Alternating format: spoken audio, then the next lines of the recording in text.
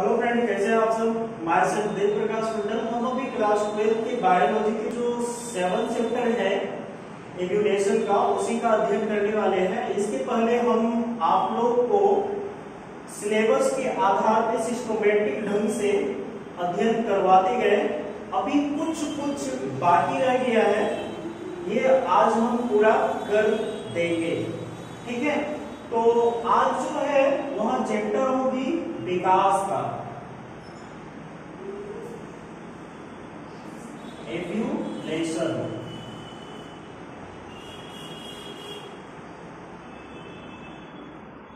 इसमें से हम अभी जानेंगे कि मानव का विकास कैसे हुआ, एवोल्यूशन ऑफ ह्यूमन बीइंग्स। ठीक है, आज का जो टॉपिक है वो टॉपिक है एवोल्यूशन ऑफ ह्यूमन बीइंग का।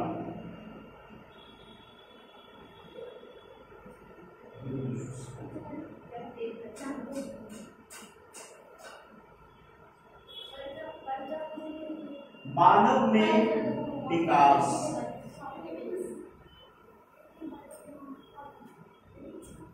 ये विकास जो है जीवों का विकास कैसे हुआ, अर्थात ये मानव की उद्भव एवं विकास कैसे हुआ। तो इसके पहले हम थोड़ा सा समझ लेते हैं।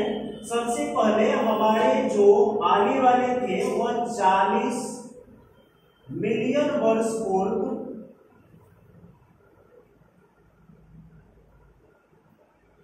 एक एप आए थे। ठीक है, इसको कपी बोला जाता है, अर्थात बंदर। ये एप जो है मानव, आज के पाए गए मानव जाति का पूर्वज माना जाता है।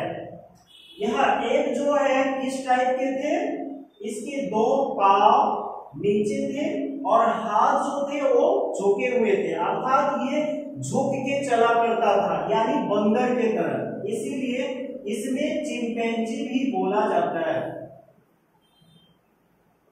मानव के पूर्वज बंदर है या फिर चिंपैंजी है। उसके बाद ये 40 मिलियन वर्ष पूर्व आया था। उसके बाद मानव का उद्भव हुआ, मानव का उद्भव हुआ तो ह्यूमन तैयार हो गए। ठीक, इसी तरह मानव का जो उद्भव हुआ इसमें हुआ, तो ये जो था आपका ड्रायोपिथिकस में, ड्रायोपिथिकस में आए थे एक एप जिसको कपी बोला जाता है। वह कपी है क्या, तो बंदर है, अर्थात चिंपैंजी है। ठीक है, ये चिंपैंजी किसमें थे, ड्रायोपिथिकस में। वह कब आए थे, 40 मिलियन वर्ष पूर्व आए थे। उसके बाद ह्यूमन बीइंग्स कौन से भागों में बना था, तो रामापिथिकस में बना था। ये कब आए थे, तो 14 मिलियन वर्ष पूर्व। ठीक है, तो 14 मिलियन वर्ष पूर्व रामापिथिकस आया था। इसके बाद धीरे धीरे परिवर्तित होते गए और आगे बढ़ते गए। लेकिन ये ऐप का जो है ड्रायोपिथिकस का इंपॉर्टेंस ये है कि इसमें चिंपैंजी या तो फिर बंदर के प्रजातियां पाई जाती थी। ठीक, उसी तरह रामापिथिकस का इंपॉर्टेंस ये है कि इसमें मानव के तरह संरचना वाले जीव पाए जाने लगे।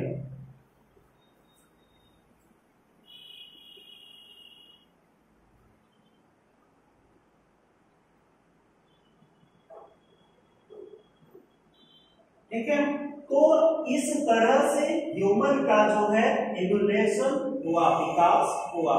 आगे हम इसको पार्ट बाय पार्ट बता देते हैं कि कैसे कैसे इवोल्यूशन हुआ।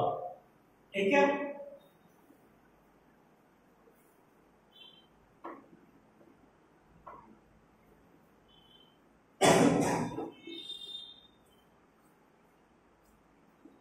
सबसे पहले जैव विकास में आने वाले हैं ड्रायोपिथिकस।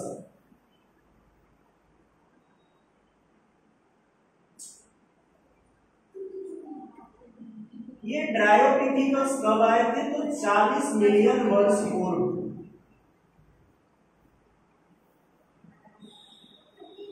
ठीक है। नेक्स्ट इसके बाद फिर ड्रायोपिथेकस जब विकास किया तो कौन आया था? रामापिथेकस।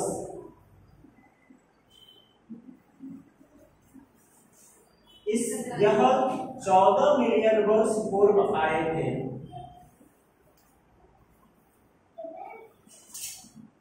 ये रामापिथेकस में विकास करके किसको लाए? तो रामापिथेकस विकास करके ऑस्ट्रेलोपिथेकस को लेके आया।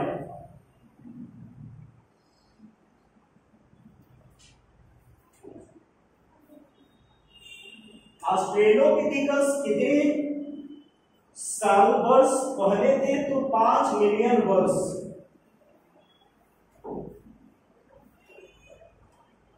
पूर्व आए थे।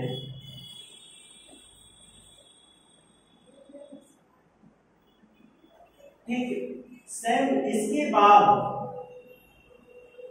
ऑस्ट्रेलोपिथेकस के बाद होमो हैबिलिस आया।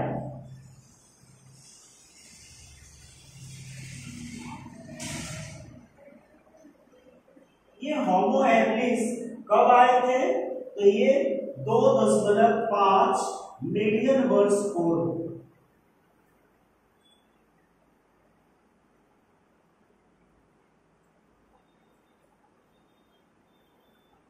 ठीक है। इसके बाद होमो इरेक्टस आए थे।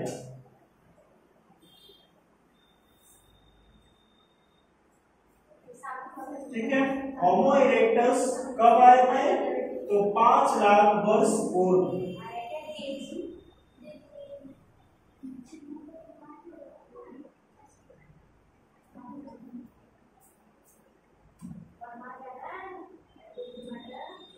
ठीक है। 5 लाख वर्ष पूर्व आए थे होमो इरेक्टस। उसके बाद फिर ये आए होमो निएंडरथल।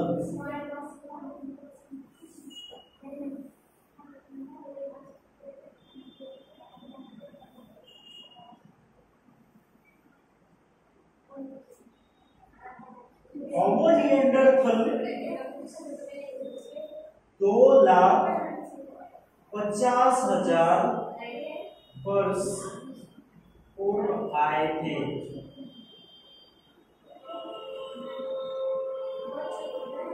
फिर होमो निएंडरथल से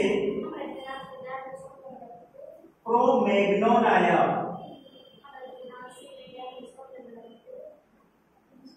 क्रो-मैग्नन मैन या फिर ह्यूमन। तो क्रो-मैग्नन में जो आए वह कब आए? तो क्रो-मैग्नन में 70,000 वर्ष पूर्व आए।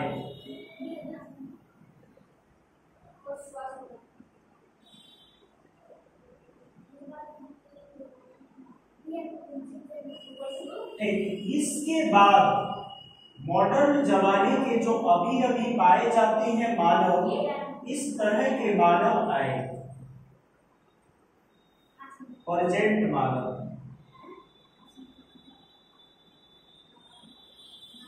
ये प्रेजेंट मानव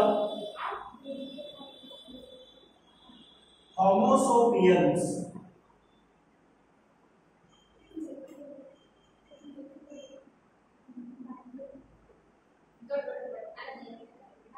होमो सेपियंस जो है वह 35,000 वर्ष पूर्व आए।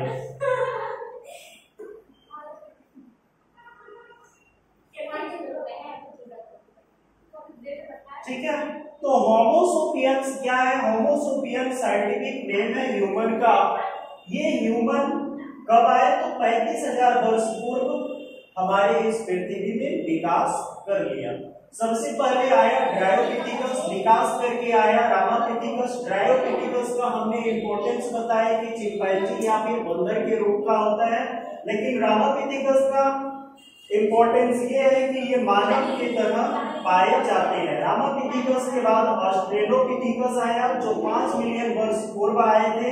सेम उसी तरह फिर होमो होमो हैबिलिस, होमो जहां आ गया ये मानव की उत्पत्ति हो गई, तो होमो हैबिलिस जहां है वह 2.5 मिलियन वर्ष पूर्व आए थे। नेक्स्ट होमो इरेक्टस जो है वह 5 लाख वर्ष पूर्व आए थे। उसके बाद ये होमो निएंडरथल जो है वह 2,50,000 वर्ष पूर्व आए थे। क्रो-मैग्नन जो है वो विकास करके आया 70,000 वर्ष पूर्व। उसके बाद प्रेजेंट ह्यूमन अर्थात होमो सेपियंस जो है वह 35,000 वर्ष पूर्व आए थे। ठीक, जब 35,000 वर्ष पूर्व आया तो क्या क्या रचना हुआ, यानी ड्रायोपिथेकस में क्या हुआ, इसके बारे में अब जानना है कि ड्रायोपिथेकस में क्या क्या स्ट्रक्चर थे, क्या क्वालिटी थी, उसकी जो लक्षण थी वो जानना है। ठीक है, तो चलिए अब ड्रायोपिथेकस के बारे में जान लेते हैं।